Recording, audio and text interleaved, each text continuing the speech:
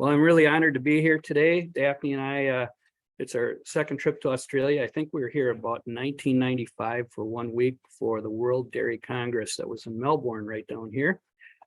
So we are thrilled to be here. Thank you to Dairy Australia and especially ST Genetics, who has been an integral part of our dairy operation at home. So that Daphne and I, well, let's see. Now it's not moving. I'm going to talk to you today about some of the strategies we've done, business strategies and genetic strategies to make our operation more profitable. So some things are going to be, so I should push which button to moving forward. You push it just okay. That okay. Okay, so thank you. So as you can see, we had a kind of a humble beginnings here. We started by buying this fixer-upper farm and about 100 pounds of rat poison later, and we were on our way in a partnership with my parents, which lasted about 6 years. After that, we separated from my parents, and then later on, we did buy my parents' operation out about 8 years later. So today, oh, I'm going the wrong way. Okay, I'm sorry. So this is our operation today. About 2 years ago, we did add one more grain bin to that. But as you can see, over 42 years now, we have really expanded a little by little. It looks like a massive expansion, but every year we try, in the years we didn't grow are the years that we truly grew. We grew our net worth and our business strength. So that's, again, from the outside, it looks like when you build buildings, that's your big year. And it's really not. It's the years following that you really develop your business strength and your net worth. So this is the four of us. You can see who just counts and doesn't do the physical work. That's me. And Jordan on the left in the red shirt. He manages the dairy operation today. And the employees, I think he has a staff of about 24 now, and he's appointing some mid-managers as we recently bought 600 or 700 more cows and leased a dairy facility that's about 75 kilometers away from the home dairy. And he speaks fluent Spanish, which is really critical. And I'll talk a little bit about how valuable that is later on. Tim in the middle runs our environmental compliance, our cropping. He manages the building projects. So anytime we want to build something, he heads that up now. Daphne, as you heard, does a lot of the things that nobody else wants to do, and she headed up HR, the young stock program, especially the baby calves, and kind of hold the glue that holds the business together. And then I do the genetic program and more of the oversight on financial. And so now, as of January 1st this year, we did take another step back. It's been little by little. We didn't make any radical moves out of the operation, but little by little we are stepping back. This is the most important slide I'm going to show you. This is the overall farm goal. We want to produce 1.7 liters of energy corrected milk for every kilogram of dry matter that the milking herd consumes. The reason that that is so critical is you cannot fail in one aspect of your management to achieve this number. And there's only 1 year that we did achieve it. It was a drought, the year after a drought. So the feed was very concentrated, very high quality. And we were able to achieve 1.7 1 year since 2007 when we started measuring this. So I'll talk a lot about what plays into this as we go. So here's all the things that you have to do correctly to achieve the 1.7. Starts with the people, most important things. Protocol, standard operating procedures. The most important thing about a standard operating procedure is that I or Daphne or Tim or Jordan has to sit down and write up what we're going to do. Does it make sense? Is this the best possible thing we can do? Then you train the people to do the standard operating procedure. And if everybody complies with the standard operating procedure, when you're having a breakdown in management, it's not a people problem. It's not the employees getting the blame. You change protocol. And that has happened over the years. Housing, just good practical housing. Our housing systems are going to be a lot different than what you need here in Australia. because our temperature varies from, say, 30 degrees Celsius down to minus 30. We get relative humidities up in the 80%. And so that's a different kind of housing system. Your housing systems may be more like California, or your grazing systems are going to be very low cost and very efficient that way. Nutrition, you have to put the calories and the energy in front of the cows every day consistently to meet all their needs. Herd health, of course, controlling disease, critical.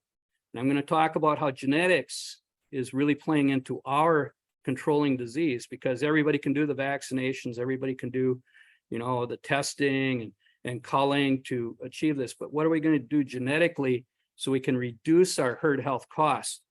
Milk harvest, you have to do a good job milking your cows. Housing goes along with housing a little bit, but technology, we're using several computer programs, both on a herd basis and on the financial level. Some peer groups we compare technologies with. Baby calves, critical. You screw up the baby calf and make mistakes with them, you're not going to have you might as well just give up at that point, because you're not going to meet the calves genetic potential. And genetics, I think, is the bottom line, because you can change your management right now. Okay, tomorrow morning you can change your entire management system and make progress. And then you can build buildings. That's the intermediate step. You can build buildings or change your capital structure, but you can change that. But genetics, you're going to live and die with those for at least 3 generations. The decisions you make today will impact you very heavily for 3 generations, or about 7.5 or 8 years. That's how long it will take to really change direction if you need to. So countdown to profits, great people. We measure everything: finances and record keeping, biosecurity and disease control, and then I think genetic excellence, because that takes so long to change when you make mistakes.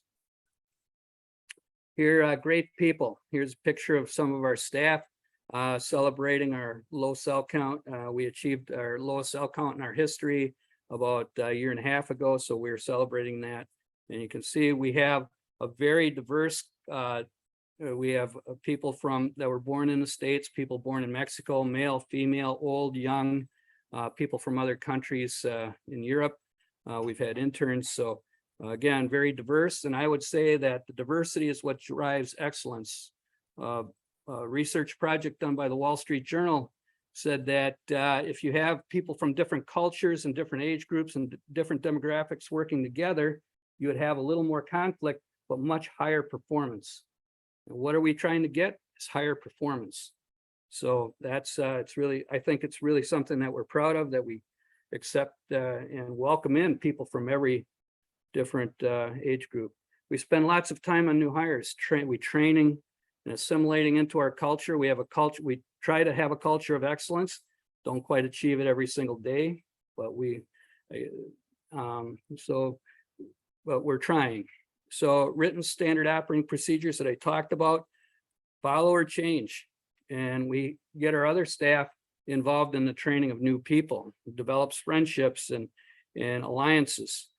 Safety, we want everybody to go home safe, not injured from the farm. And safety, as you go into a more mechanized, if you do, say more of a housing system, safety is going to become even a bigger issue, because you're going to have more equipment and more chances for people to get injured.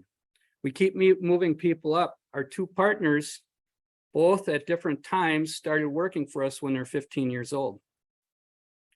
And our managers were all people that we developed. We're not hiring managers from outside our system. We're training, and when people show an interest in excellence, we advance them. I'll give you an example of Doug here in the picture. He's a neighbor that his dad passed away, so he joined our operation. We bought his cows, rented his farm, and he's been with us for 25 years. So he's like irreplaceable. He's the one guy on the farm that can do anything: drive trucks, drive tractor, fix, work with cows, milk cows, do calvings. He can do it.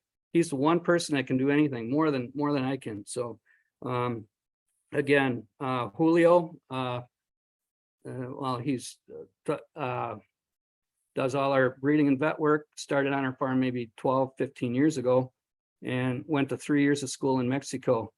He can do ultrasound better than any veterinarian I know, down to a 28-day pregnancy, completely runs our repro, and it's really high functioning. So you promote from within. Our internal growth allows a culture to develop. And I want every employee to say, I have a chance here. If I come to Rosy-Lane, I'm going to have a chance to succeed and a chance to advance and a chance to really have a good life for myself and my family. We cross-train employees within departments. So if somebody gets sick, we can fill that gap. We're emergency ready. In other words, we have written protocols for some disaster happens. For us, the environment is really critical and water is really critical.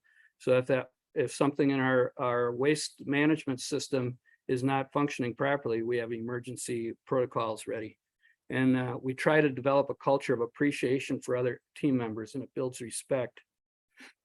My golden rule, we pay everybody based on how easy they make my life. Okay? You don't have to be the most talented person. All you have to do is make my life easy, and you're going to really like your pay package. Okay? And I think that's the way all businesses operate. Okay? How do people advance? You make your boss's life easy, right? You perform high, you don't make problems. And so that's here's Carla. She was born in Mexico. She took Daphne's place as a calf manager. And you say to Carla, can you do this for me? Can you do that? Oh, of course. Yeah, no problem. You know, so with a smile on her face every day, she shows up like this. So great people. Again, our labor costs, I don't know how this compares, but we do have, this includes all of our cropping systems. We don't break it out too much because the operation has to go completely together. We have a higher labor cost than you have here in Australia because of our mechanization and because we're of our housing system. So we will get more kilos, but we spend more labor. So measure everything. Technology is a big return. Our Affimilk system is critical. Daily milk weights. We can precision cull based on our Bovisync program. We enter our milk check into our Bovisync software program every month. If you know what your feed cost is, which we do, we can precision cull. The day that cow is below a certain liters of milk, we get rid of them if they're on the do not breed list or they're open and they're not performing. Precision culling, I think that's really has had a big return for us. Again, the other thing I want to point out here, what's different about just simple double 12 milking parlor, right? Runs 24 hours a day, 7 days a week, has since 1997. We added these lights in, LED lights underneath in the milking parlor so people can see if they're doing a good job, if the teats are clean and dry. You wouldn't want the open heart surgeon doing a surgery on you without any light, would you? Well, milking cows is not that critical, but in some ways it is. If you get these cows clean and dry and you can see what you're doing, it just makes for a nicer day. Affimilk, again, daily milk production per head, milking speed. We sort our cows by milking speed. The Affi system was sold to us based on we're going to find sick cows. We could manage our herd with software. However, the thing that had the highest return, it gave us the ability to sort our cows by milking speed. We actually increased that milking parlor's capacity by 25% by sorting our cows by milking speed. Cows under 4 minutes are grouped together, and we have 13 different milking groups. Cows from 4 to 7 minutes are grouped together, and cows over 7 minutes are all in one group, regardless of who they are, what days of milk they are, what lactation they are. If they're over 7 minutes of unit on time, they're in one group. Again, look, as herds get larger and dairies consolidate, these strategies become more important. Right now, you have huge parlors that in the States, we would think they're overbuilt, right? Double 24 for 600 cows. You don't have to worry about milking speed, but you really do, because if you did group them by milking speed, you'd get done that much faster, and things would go that much smoother. Again, every pound of dry matter in our system is measured and costed out, and we report those numbers every month to the Cornell Pro Dairy Program. And so we know how much feed we need to support our herd every day, and how much feed we have on hand, how many months, how many days of feed in inventory we have on hand for each ingredient. TMR Tracker is the program we're using. I'm sure you have software programs like that. It projects our future feed use. It tracks our deviations. The person mixing feed, we can look and say, well, this really expensive ingredient, you were off by 20%. That's just too much. So we track deviations. It saves us $22,000 a year in labor, because normally you'd have 3 pieces of equipment to do what that piece of equipment can do. So measure everything. Here's our current cost. Feed is really expensive now. In fact, from when I put the presentation together now, it's probably this is even probably a little lower number than we have now, but this was the average for the last 12 months. Our lactating feed cost per cow per day. And you can see in the light blue, that's the Australian number to compare, if you can compare it within your herd. Milk sold employee, that's a measure of labor efficiency, and that includes our cropping operation, every employee at the farm, and it includes the owner's hours. So feed conversion, we're not at the 1.7, and we're really trying hard for that. And but it's a goal. And then percent forage in the diet. We live in a different part of the world. Grain is super cheap in the Midwest of the United States. We're right in the corn and soybean belt. And to feed high forage diets, when people tell me that they're feeding high forage diets and how proud they are of that, hardly feeding any grain, I just shake my head. They don't know their numbers, because the cheapest, most efficient way to widen your margins, income over feed costs, high grain diets in the United States. Again, because corn and soybeans are so cheap. Even today, $7 corn is cheaper than alfalfa. It's cheaper than grasses. It's cheaper in every single way. So finance and record keeping, we focus on our long incremental growth. I said we didn't build this operation in one day. Provides us more options. We kind of know where we are. We lock in all our long-term interest rates. Again, I think this is standard around the world. Land and buildings, so we try to amortize that 10 years, cows and machinery 5 years, and our operating note 1 year. We've tried to balance our business growth, our taxes, and our leverage. And again, it becomes more complicated with our young partners. Their taxation is not the same as Daphne's and mine. So, I mean, it's because we're at different stages of our career. So how do you sharpen your business knowledge? Well, we attended classes, as John said, I attended the Texas business school that runs for 1 week every January for 2 years, 2 consecutive years. That was revolutionary to our operation. We completely changed our business structure as a result of that business school. So you have to educate yourself. I hardly read publications anymore, or the farm publications anymore. And I'm not saying don't read them, but because I was in charge of finance at Rosy-Lane, I read the Wall Street Journal, Fortune, Forbes. You have to know why businesses go broke, and you have to know why businesses succeed. And so you can't get that out of your average farm magazine, okay, where you don't know if people are telling the truth or not. When a business goes south and the Wall Street Journal reports on it, you kind of find out why. And that's critical to get to the truth. Okay, we benchmark with Cornell University. There's 14 farms in our group. We're the smallest farm. And we benchmark 150 different financial and performance measures against each other. We all know each other's debt positions, strategies, partnerships, land bases, everything. There's no secrets. You can't really do that with your neighbors, can you? You have to get spread out a little bit, and everybody's done better as a result of our group. So we meet with a financial consultant quarterly. So we do have a financial consultant that he has a different group of farms that he can tell us what's working, what's not, and whether our numbers are good or bad. Because a lot of times we think, like this year, milk price is really high. We're making that milk with feed created really low price feed from the year before. Well, we could really be losing money and going backwards. Because just because you have money in your checking account or your bank doesn't mean that you're making more at the rate you need to.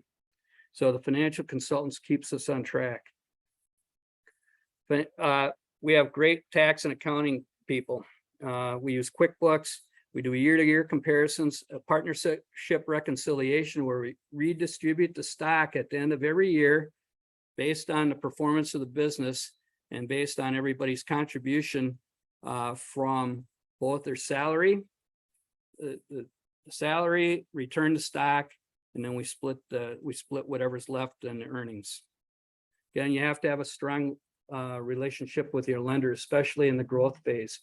If you decide to have a big expansion, you build buildings or you buy land or you expand your cow numbers, and you have a really low price milk year the next year or unprofitable year, you have to have somebody standing right here that you know you can count on that's going to stick with you. So transparency, again, the lender knows everything about us. They know more about us than we do, really. And plan ahead and be ready to buy. Daphne and I, we really want to buy US farmland. So we went to the bank and we said, we want $4 million set up in a loan. We're not going to borrow it today, but as farms come up, I want to be able to say to the person selling, we'll write you the check tomorrow. We can close tomorrow. No contingencies, no whatever. And that's been very powerful. So if you can go to your lender and say, what's my borrowing capacity? Where will you go with us? Let's set that up now. So you don't have to, I don't have to call you every time we're short $10,000 in a month. That's really critical to making things easy for everybody. And you know what? The lenders, yeah, we're happy to do that. And it's interesting, I should say that we do business with almost all the same people you're doing business with. See, we borrow from Rabobank, we sell milk to Saputo. We do business with Zoetis, ST Genetics. We're doing business. When I look around, I was in Western Australia last week. There wasn't a business there that I didn't know what they did because they're all in the US too. So again, you look around here, Deloitte, that's an accounting firm that I thought was based out of Chicago. They have an office here. I mean, it's a really, truly, all these businesses are doing business all around. We're doing business, all the same people. Cost of production. We are not the lowest cost producers. This includes all costs, depreciation, everything, 1851. We'd like that number to be somewhere around 16. We do have a high cost structure. When you go to a high production model, you're going to have a higher cost, but hopefully your margin will be wider. Feed cost, again, net herd replacement cost. I want to talk about this because this is critical. This is the low-hanging fruit to improve margins on every farm around the world, the net herd replacement cost. Okay. So, and I'll talk about that in a little bit here. Again, biosecurity and disease control. So we're testing all the incoming animals that we buy, and we don't buy too many, but this last year we bought 700 cows. We test them for BVD type 2 and Johne's disease. And we buy from healthy, high-performing herds like ours because you're just going to have less problems. You can spend more money for them, but if you have less problems, your margins are going to be better. We try to have everything neat and clean, and we wash our trucks and trailers. When calves enter our calf barn, we only calves born on our farm ever enter our calf facility. Biosecurity and disease control. Again, we vaccinate for Johne's. Now we've actually stopped vaccinating for Johne's after 10 years. We eradicated Johne's disease from our system. We were down to about a 3% incidence, couldn't get over it. We started vaccinating, which did tie us up a little bit for exporting cattle to Canada because they have to be test TB free, and it's paratuberculosis that we're vaccinating for. So they test positive, but they weren't really. So we have this guy here is our veterinarian and his assistant. He designs all our protocols. We carry all the protocols out. One of our way to achieve a low vet cost, we do our own breeding, we do all our own shots, all our own vaccinating, we do our own foot trimming, we do our own ultrasound. Everything we can. He designs protocols, we implement them. As herds get larger, you're going to see more and more of this. Employees doing the ultrasound instead of the veterinarians. So again, through these programs, we've been able to eradicate Staph aureus 20 years ago and keep Mycoplasma bovis out. Those are two very, very destructive mastitis pathogens that if you're negative, you want to stay that way. So we monitor the diseases with regular bulk tank samples, and we do regular testing on our calves for these diseases. Here's our vaccination wheel. You can see, again, lots of vaccines, and they start on the wheel there and they go around, and then, or they start on the left and go to the right. And once they're a cow at freshening, then they just keep going around and around and around the wheel. Hopefully we can achieve about a 5 or 6 lactation average. That's our goal. Again, to achieve the 1.7, we really need more old cows. Biosecurity, what we do different, we monitor these diseases regularly, all the time. We don't want them to get back in. And then our deliveries all come to our farmhouse office, and our barns are mostly off limits except for when we're showing people around on a tour or something. So we don't like our suppliers to be in amongst our staff and amongst our cows. Well, how are we able to achieve such high levels in milk and management? Genetics.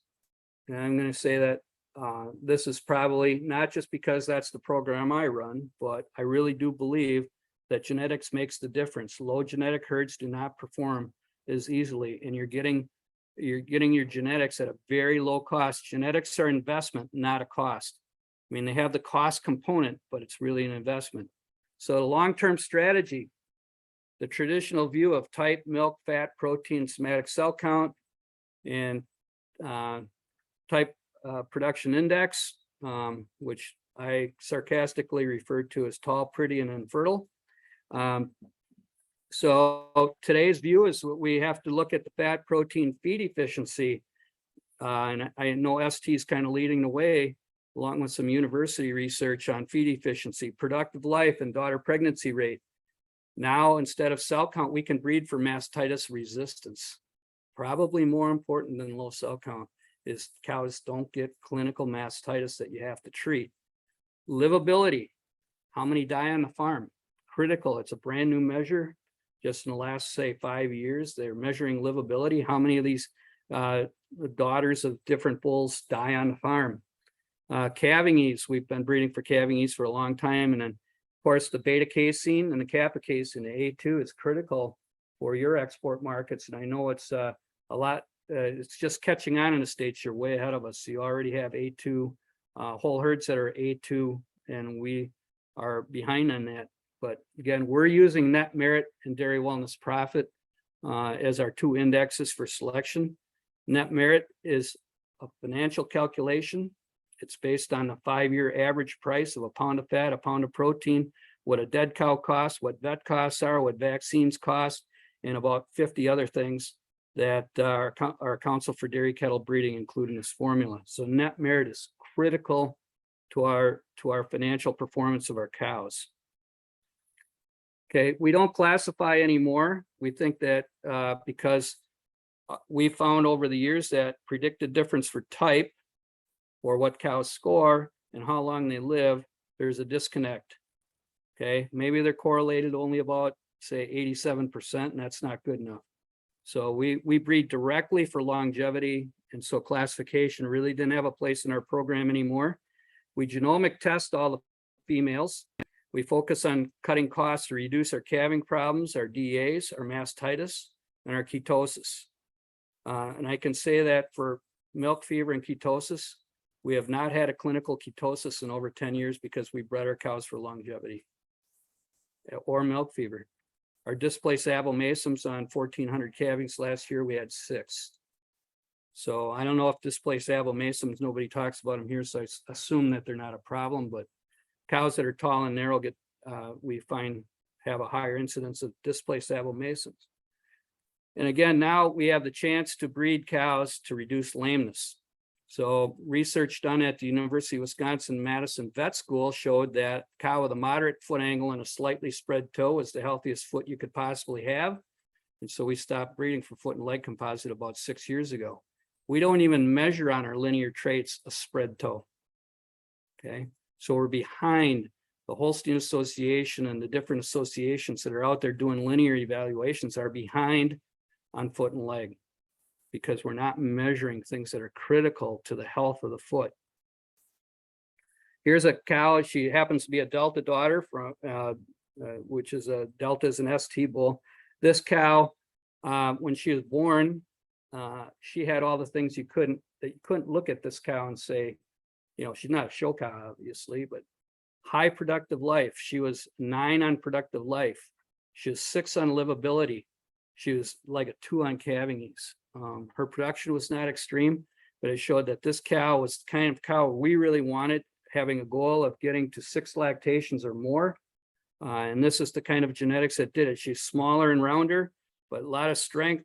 These are the kind of cows that have balance and live for a long time and are going to produce lifetime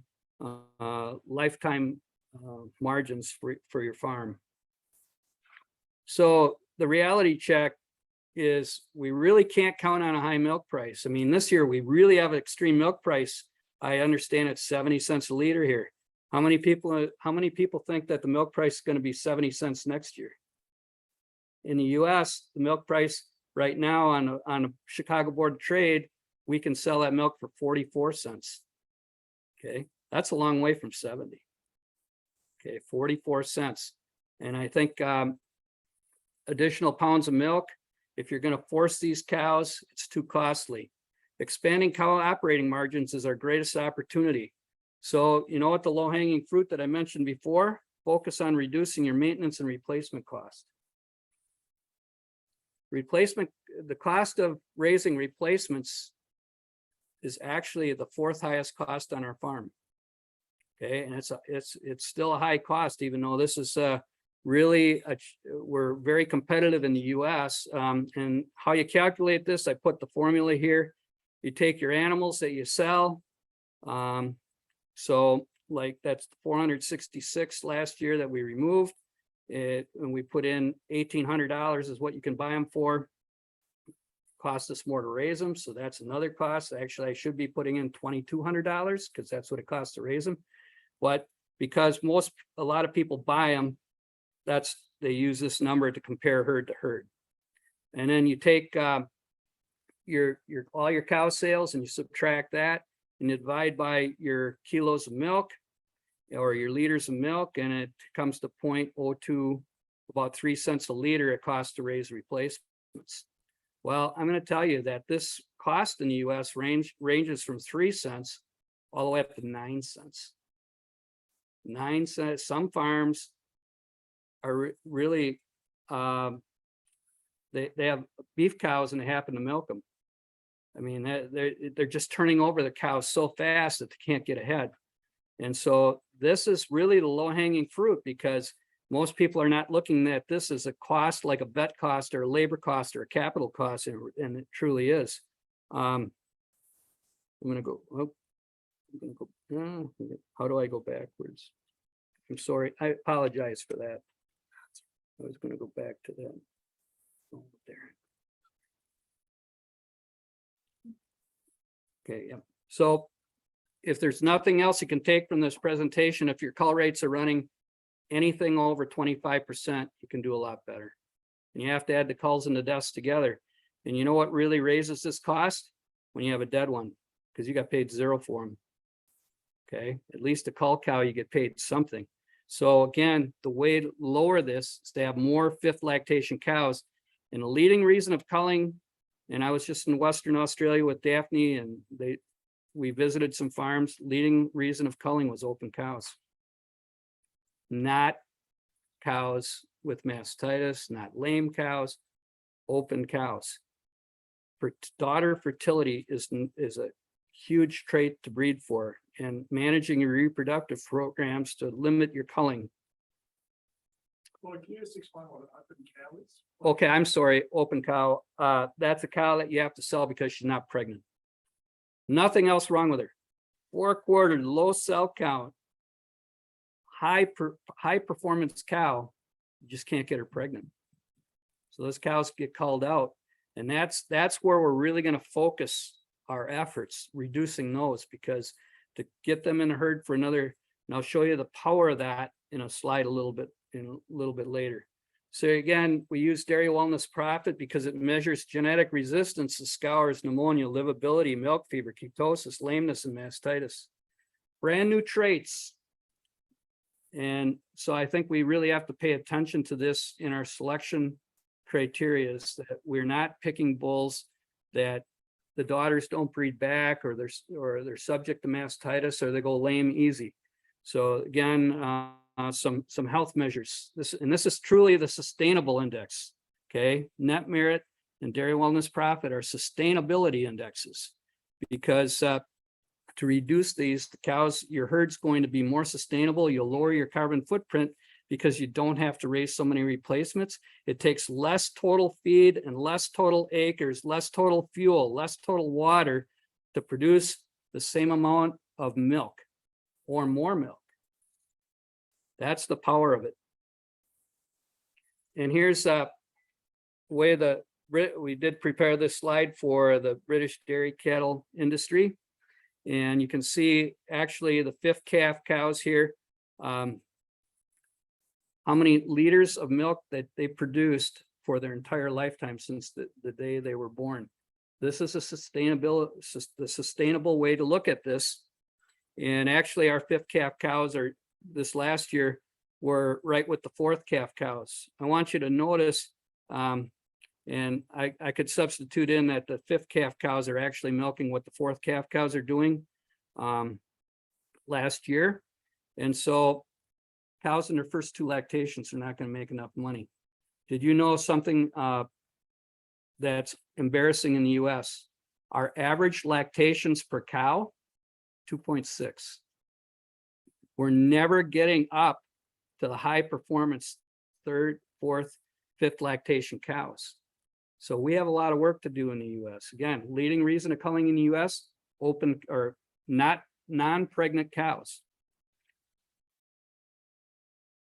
Older cows return more milk and profit. Look at the total net revenue of a cow that makes it to 5th calf and finishes their 5th calf. 8,463, 12,000 Australian dollars. Put in your 70-cent milk thing and 70-cent a liter milk price once, and that'll go crazy. That number will just explode, probably 20,000. But of course, you have to average the last 5 years milk price to really do this accurately. Genetic excellence reduces your vet costs. We also do it ourselves. Control your biosecurity. Farm sanitation and genetics, breed for mastitis resistance, lameness resistance, and breeding for longevity indirectly reduces all your health costs. These cows have to resist disease to make it to 5th and 6th calf. So again, our vet cost back in 2008, we weren't really doing so good. We had started breeding for longevity in 1992, and by this time we were on our 3rd and 4th generation. We started doing more of the things ourselves. We really intensified our selection for health traits in 2018, and this last year, 2021, you can see that's about 1/3 the cost, saving over $150,000 a year US, which would be about $200,000 a year here on 1,800 cows. That's real money. That money goes right in your pocket. Okay, if we didn't have that money, there's years when we wouldn't make any money. Okay, so here's the low-hanging fruit. You have to reduce these costs and use genetics to do it. So, and these compounds, these savings compound themselves every year. You take that money, put it in your pocket. Even if you paid the tax, that money goes forward. It doesn't go to the veterinarian. It doesn't go to the sale barn.